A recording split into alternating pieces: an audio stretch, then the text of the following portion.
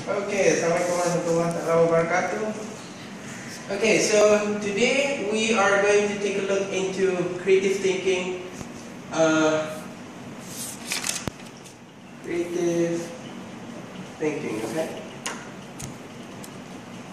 Alright?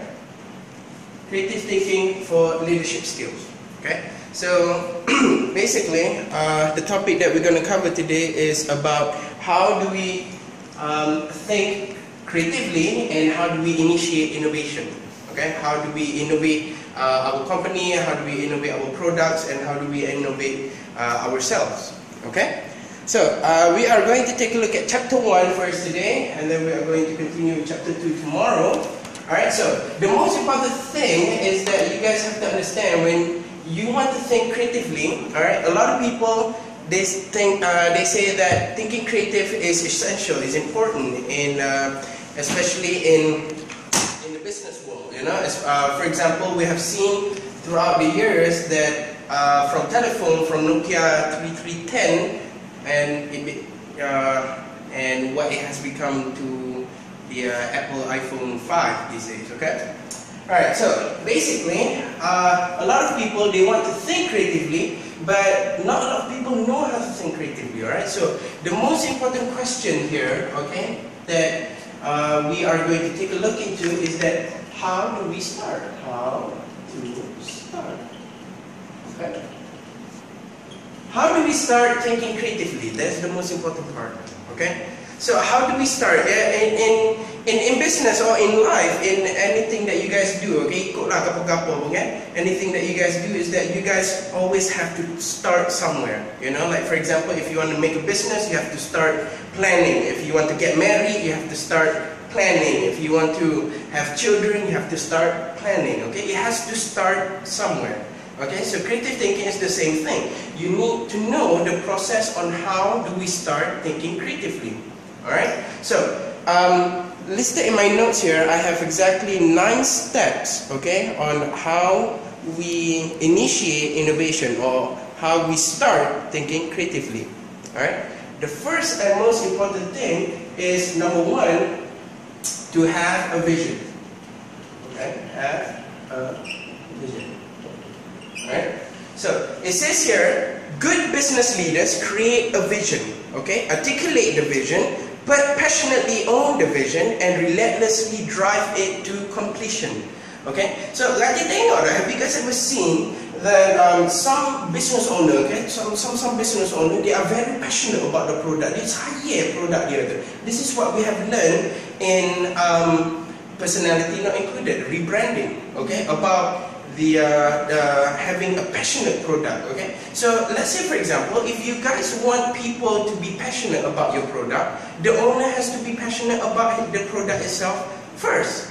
You see? So this is the most important part. For example, begini lah. Let's say you jual tudung no, tapi you jual gitu-gitu ya, you jual bodoh-bodoh ya. And do you think you will be successful like that?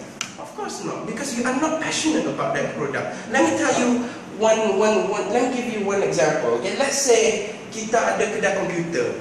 Look, and kita jual komputer because we tell people that we just want to make money. That's it. That is the main goal. Dia bukan pasal we love computer. It's not about we love gaming. It's not about we love doing this, we love doing that. So at the end of the day, apa kerah lah. You see? So that's why I said, good business leaders create a vision, articulate the vision, passionately own the vision, and relentlessly drive it to completion. It means you have to be passionate about your business. That's the most important thing. Okay, it's not about the money. Like I told you guys before in chapter in semester 1, business is not about the money. Okay, business is never about money. A successful business is never about money. A successful business is about turning that drive, turning the how do you say? Turning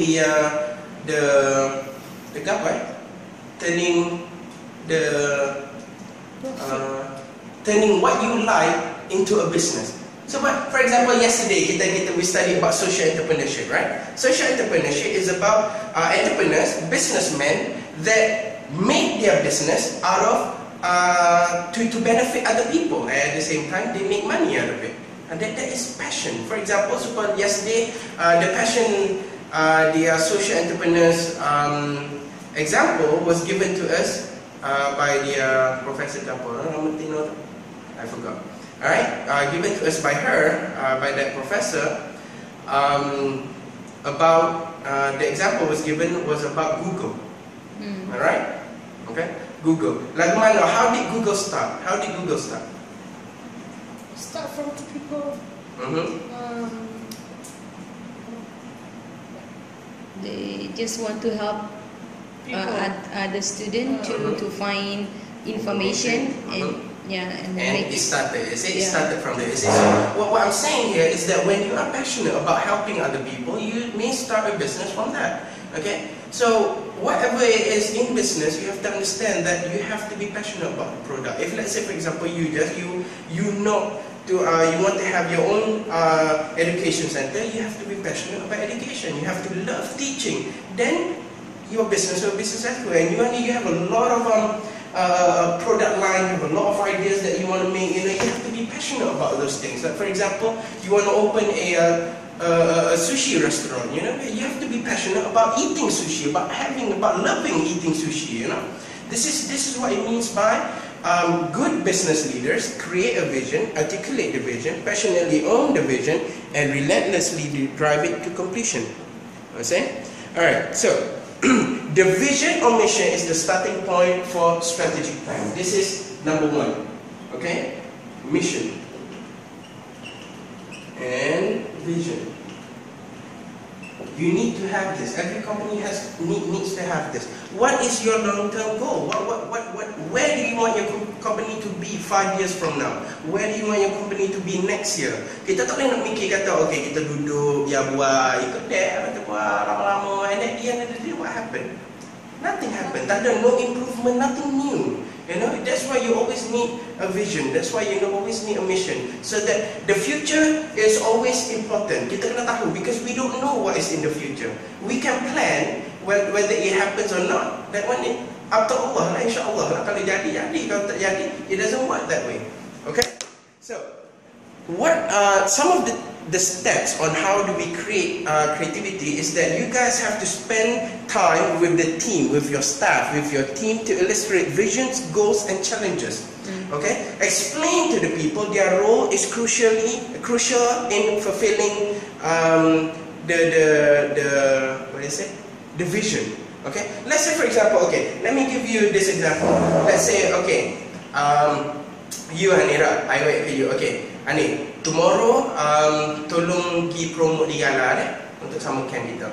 And that's it. And then tomorrow Hakim comes back to me. Okay, pada I tanya, pagi promote tak mau tak ada, lepas tu tak tahu nak buat apa. You see? So what you guys have to do is that in order for your team to fully understand the vision, nak nampak benda kita nampak, you sometimes have to be the leader. When you are the leader, you have to give detail leader. They panggil detail leadership skill. It means you explain in detail, because setengah orang they are not clever enough to think by themselves. Setengah orang ni dia tak pandai. Dia pandai buat, dia boleh buat belakang. Tapi bila suruh dia buat diri, dia tak boleh. Dia kena royak A, B, C, D, E, F, G. Dia kena royak so.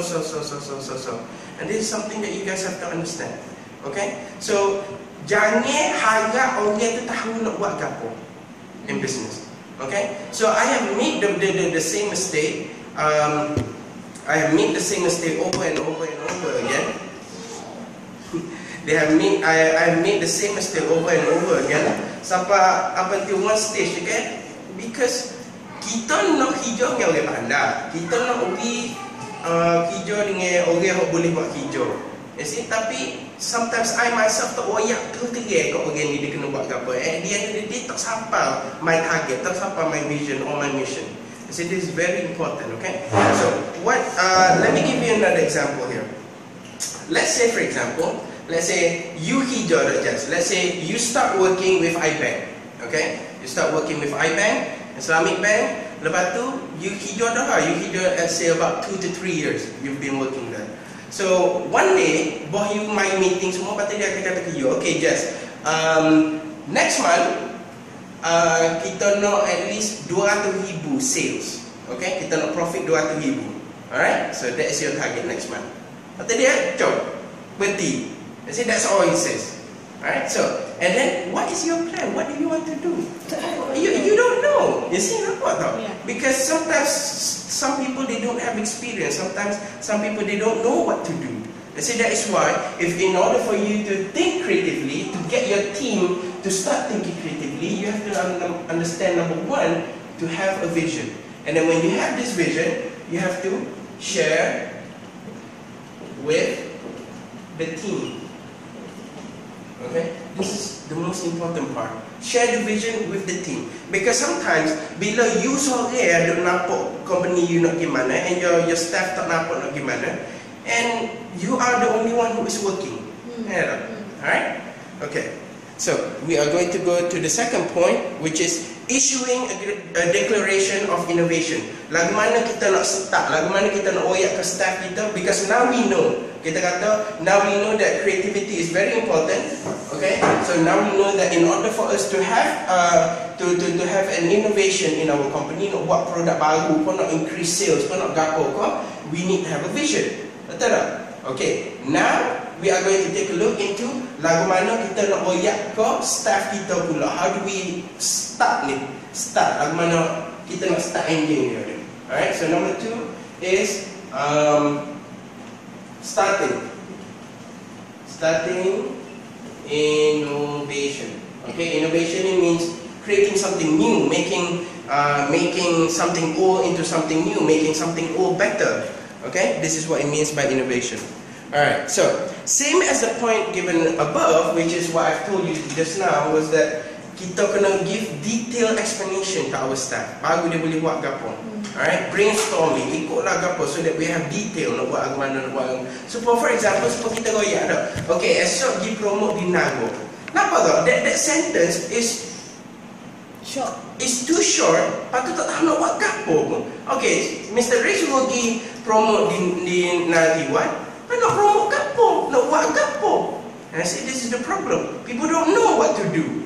I say, especially hok graduate, hok baru graduate, tak ada experience, they don't know. Atau lah dia boleh fikir apa? Kita buat banner, kita buat tu, kita buat ni, benda-benda hok biasa. It doesn't kickstart creativity, you know. Alright. Lepas tu macam banner pula, berapa butir banner? You see, there are a lot of question nak kena tanya. Gi promote naratif. Tapi question dia tu big tu, beribu-ribu question. So for example, okay, macam dia tanya, mana orang nak buat kata, okay, pergi tempel banner. Lepas tu people say, okay, banner nak berapa butir? That's first question. Number 2, siapa nak design? Nak design lagu mana? Nak buat information ke apa? I say, so many questions from one thing. Alright? So, what you guys need to do here is that, for example, when you have a vision, okay, if you want to start innovation, when you want to start creativity, you have to understand one thing, okay? You have to list some of the key areas where innovation is needed. Okay, for example, in launching new product, breaking into new markets, replacing better processes or services, reducing costs. Ikutlah gapo-gapo. What do you want to improve? This is number 1. What do you want to improve or what do you want to make? This is number 1. This is how you start. Okay, starting innovation. How do we start? By making improvements. Okay, alright. So improvement ikut lah. It could be service, okay, customer service ko, system, okay, new product, okay, old product plus new features. Okay, so old product plus new features. Let me give you an example here, okay? Kita tengok iPhone. Let's say it started with, every year you always have this. iPhone 5, iPhone 5S, iPhone 4, iPhone 4S, iPhone 3, iPhone 3S. Betul tak? Let's say, tapi gapo hok beza between iPhone 4 and iPhone 4S? Tak banyak. Siri, and then they give you gapo again? Better camera. Tak betul lah. Benda small things. Tapi that is how they start making the improvement. Because sometimes you have to understand juga, macam if let's say you want to create something new, there is a new market already. Okay, there is a new product, there is a new market. But what we want to do is that we want to gapo we can improve from our product ni. Kita nak jual ke habis, and then we come up with a new one. Let's say for example, usually company hok buat produk gini kan, they always have a problem with apa panggil apa? Stocks. You know, dia jual, dia buat, tapi at the end of the day, dia buat tak ada orang beli tau. Dia nak buat gapo dengan stok banyak-banyak pun. This is what Apple does. This is the reason kenapa dia buat tu big 3S dulu, 3GS, iPhone 3, iPhone 3G, lepas tu iPhone 4, lepas tu iPhone 4S, lepas tu iPhone 5. Is because of the old stock banyak lagi and they are not able to sell it. So what they do? What do they do? Create new features. Instead of ambil lepas tu jual murah-murah, dia buat tu big benda lama-lama, dia masuk benda-benda baru. I say this is innovation. Innovation something that not a lot of people can think. So for example macam Samsung, kita tengok Samsung lah. iPhone S3 dengan Samsung S3 dengan Samsung S4 kan, baterai dia tu pun dah lain tu. So Samsung, dia punya cara nak lepas stock is very simple. When people stop buying it, sell it cheaper. That's it. Kenapa? Dia turun and the people are buying it. Lepas tu bila dia nak habis, dia terpak, dia buat tu BS4 pula. Jadi macam Samsung, what they do is that instead of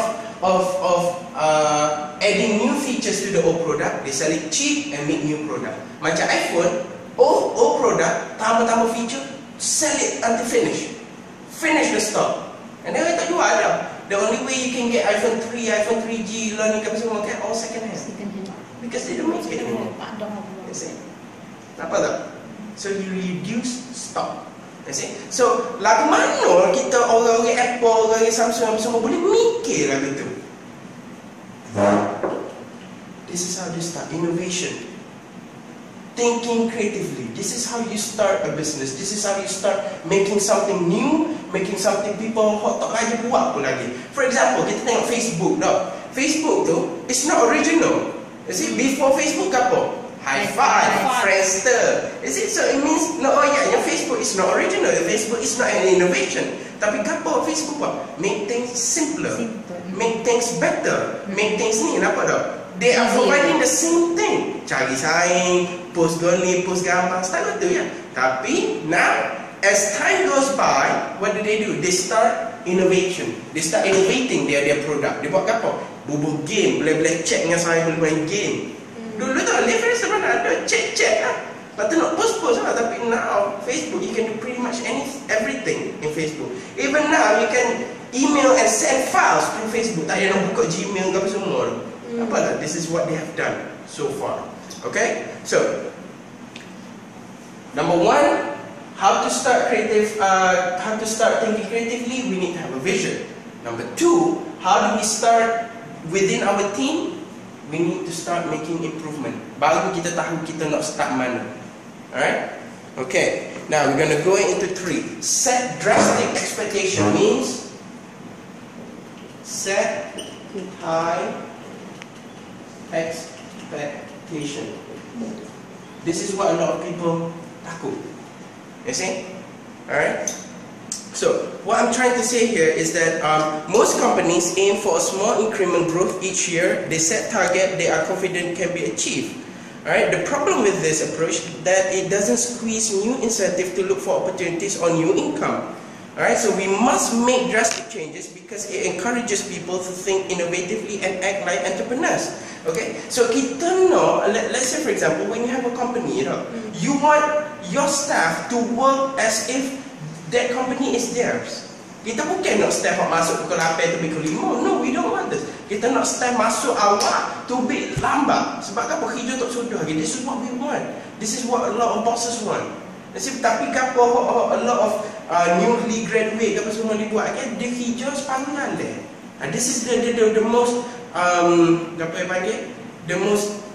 This is the biggest mistake a lot of grad student buat. Dia tak nampak future in that company. Dia tak tahu kata if you start low, you can go up. Dia tak nampak. Dia tak tahu dia start kerja 5,000 tau. He doesn't know that kalau kerja kuat-kuat, you can become the CEO. You might not own the company, but you will become the CEO. For example, my friend's father, dia start kijang yang bank, dia start ke bawah-bawah ni. Tak ada apa boleh duit gaji, every single day boleh duit gaji. Tapi he works very hard. Dia buat everything for the company, you know, dia cari new product for the company, dia buat, he just sungguh lah. You see? At the end of the day, you know what he got after 20 years of working dalam bank, dia naik cepat, naik, lana jadi CEO, lepas tu boleh share dalam tu lagi. Share ni maksudnya apa? Hun lah, boleh stock. So 1% of the stock pun banyak dah. Let's say the company buat, this year the company buat 500 juta, 500 million baht. 1% 500 million baht apa? 5 million in a year. In 1 year dapat. You see? Duduk saja. 1%. Just 1%. Berapa? So macam setengah orang kita nampak tak macam 1% gap dia sangat 1%. But you don't know what the company is making. You see? This is the problem with staff these days. Nak cari staff yang molek tu payung. You see? So that is why instead of ambil orang lain main ambil dia, lepas tu kita try, what you do is that when you are interviewing, bila kita nak interview, okay, kita akan masuk human resource kita. So in human resource management, dia akan ajar cara-cara nak interview orang, nak list candidate, macam mana kita nak pilih orang tu, like mana dah. Tapi what human resource doesn't teach you, dalam buku dia doesn't teach you, is experience. It means sometimes you have to test that person. Okay? I found that the best way to test a person, let's say for example me and Kak Mai tu kan, kita ada seorang budak tu from Korea. Dia orang Thai tapi dia duduk in Korea for a very long time. So she was in Korea, so saya duduk dengan Kak Mai, her English was good, you know. Tapi however,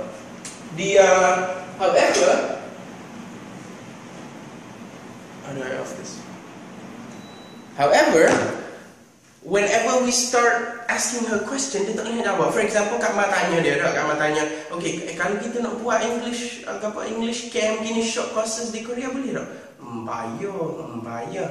From there you can test. Kata, this girl has negative attitude. Even if you have good English, you can teach, but if you have negative attitude, I will not accept you. Because we at Oxford, gapo Hudson one is that I want, mu bodoh tak apa, but as long as you can do it.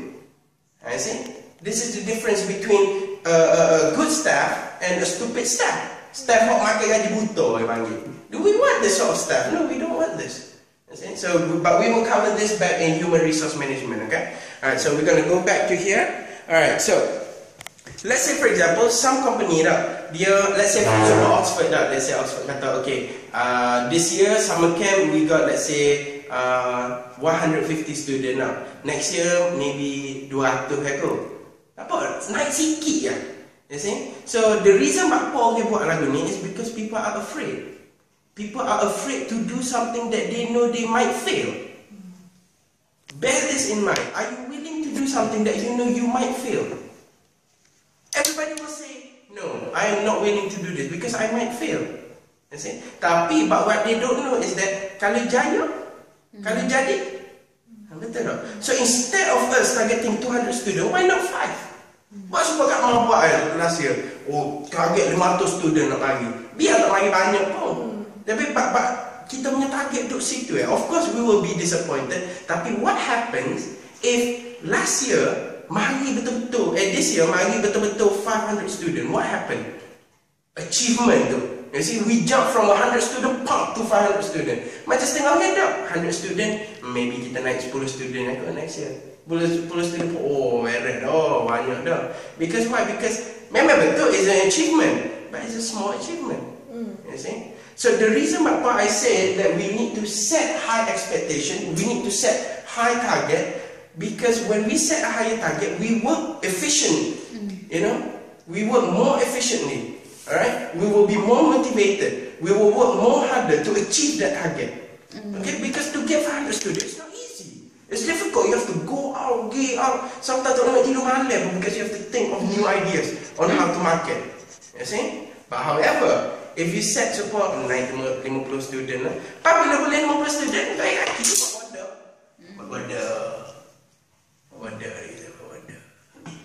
I say, we don't want this. And that is why dia kata, if you want to start thinking creatively, if you want to have innovation in your company, you need to set high expectation. Tak ada lain, you tak boleh lagi. That's the most important part. Okay? Alright. So we're gonna move on to number 4. Fight the fear of change. Fighting the fear. Number 4.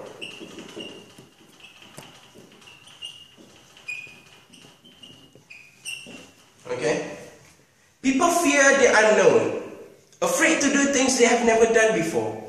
This is what people fear. Okay? Everybody fears something. Tak ada orang lah berani 100%. No, they always fear something. Even orang yang paling bimbang sekalipun, they will fear something. Dia fear apa? Dia takut ke Allah. You see? It means there is a fear there. Alright? So in business, it's always the same thing. People will not innovate their business. People tak akan maju ke business dia because they are afraid what is going to happen. You see? Some people, let me tell you a story. Okay? Some people, okay? Dia kata some people, they don't want to be successful because they are afraid of success. Dia takut dengan success. You see, these are some people, they are afraid of the success. Dia takut, what happens if I am successful?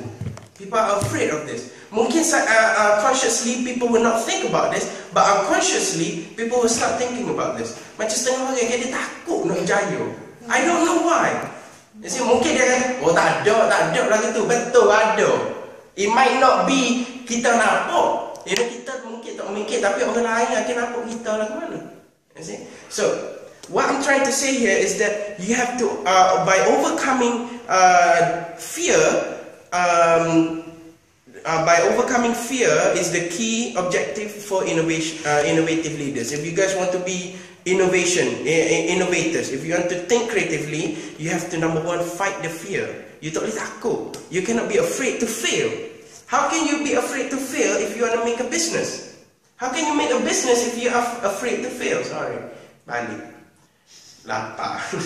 Okay? So, by understanding that, while trying something new is risky. Okay, ni, tengok ni. Let's say for example, Oxford now. I'm going to take Oxford as an example.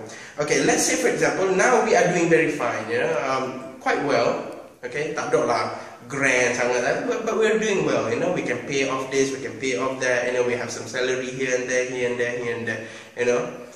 So what happened kalau kita dah buat lagu ni for the next 10 years? What will happen when we do the same thing for the next 20 years, 30 years, 40 years? Are you willing to do the same thing? You see? Because some people, they are afraid of change. Dia takut. Because they are comfortable. You see, when you are comfortable, apa nak pergi tempat lain? Let's say for example lah, you duduk rumah you sedap, makan sedap, boleh tengok TV sedap, semua selamat, apa semua sedap belakang. Apa mau nak pindah duduk tempat lain? Alright.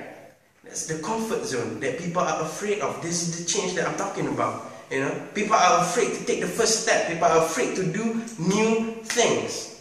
Alright? So, what you want to do is that I'm going to go into attitude adjustment sikit.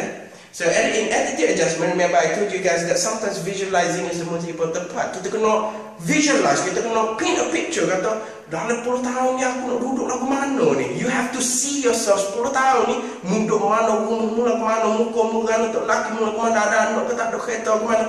You need to have all this. Picture, a big picture that bila orang tanya what is your future, nampak lalu dah. Okay, bukit kabur-kabur, gapo. Macam setengah orang kan buat 10 tahun lagi nak duduk mana? Tahu setengah orang tak tahu. They don't even know where they are going to be in the next 10 years. So, dekat Allah. No, is it? They don't know where they're going. Is it? So that's why I said fight the fear of change. You have to start changing things. You have to, take the risk. Okay. Let's say, for example, as I told you guys before, you know, in my master's class for TESOL, you know, teaching the English teachers, I told them that everything in the world has changed. Kita tengok daripada Nokia 3310 jadi iPhone 5. Kita tengok daripada kereta dulu pakai minyak, lah ni kereta pakai elektrik. You see? Kita tengok daripada kucing berteru tekek. Lepas tu lah ni kita tengok dulu siapa dia boleh beli kapten bag, tak boleh. Lah ni ada duit beli kapten bag. You see? Everything has changed except for what? Education. Education has not changed. The book has not changed. Everything else is not changed. Semua dah tukar. Everything else is changed, but education is still stagnant. You still using the same theory. You still using the ngaji 4 tahun, lepas tu grad. You see? Kena ngaji moneng sampai moho, lepas tu ngaji nak apa, lepas tu masuk you moneng sampai moho tu ngaji semua benda tu jampe belakang. Deloke belakang. And then masuk universiti, ngaji universiti 4 tahun pula. Tumbi universiti tu tahu apa juga. So what's the point? 10 tahun budak ngaji, sahabuk mu tahu gapo. You don't even, except for of course lah, belajar nulis, gapo baca, of course you need these things, you know. This is little. Yeah, tapi gapo besar-besar pun boleh daripada semua tu ni. Nothing, except for, let's say for example, you pergi masuk di ngaji, ikutlah kau di gapo mana-mana universiti dalam Malaysia, dalam Thai kau dalam Malaysia kau, boleh kan? Boleh sahaja. Boleh pergi parti, boleh pergi rakdik.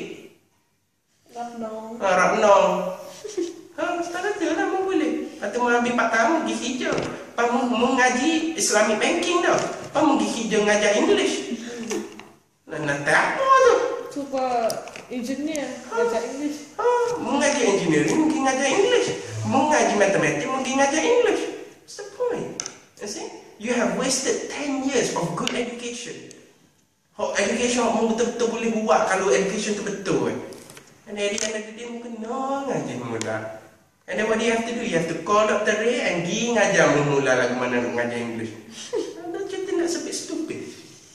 You see? So, what I'm trying to say here, if let's say for example, education is not changing now. Okay? Let's say Oxford kita tukar-tukar. Kita guna modul tulo, kita guna benda tulo semua. Every single time, it's always the same thing. You see? But what will happen to us? Nobody gonna come. Nobody's gonna come anymore. Because when you do a new, macam for example, macam saya, I understand that you need innovation. Because I understand that kalau I guna buku tulo over and over again, memang I boleh banyak student. Tapi hot student hot mari ni, remember I taught you guys personality not included. Who do you have to take care of? The new customer or old customer? Old customer. You have to take care of old customer. 80% of your profit comes from the old customer. Yes. Nampak tak? You see? So if I don't change my module, like mana I want to call my old customer to come and study? You see? That is why you can ask Kak Ma, that is why every single year I change my module. Tak ada sama. I always change it. Either I make new modules or I innovate lama-lama. Okay, so as you can see, kita start from your summer camp to last year summer camp, nampak tak dia tukar lagu mana? Tapi from the year before. The year before you, tu tak ada buku pun. You see? So I came in with no books. To you ada buku, tapi buku payung aja. And then to this year, which was I think was a very successful summer camp. Okay, budak suka and the activity was fun, everything was fun. But however, this year's student, inshallah, they might come again next year. So if I don't make new modules, they might run away. You see? So that's why what I'm trying to say here is that, you know, what you have to start asking yourself. Okay, I want you to remember this. Remember this for the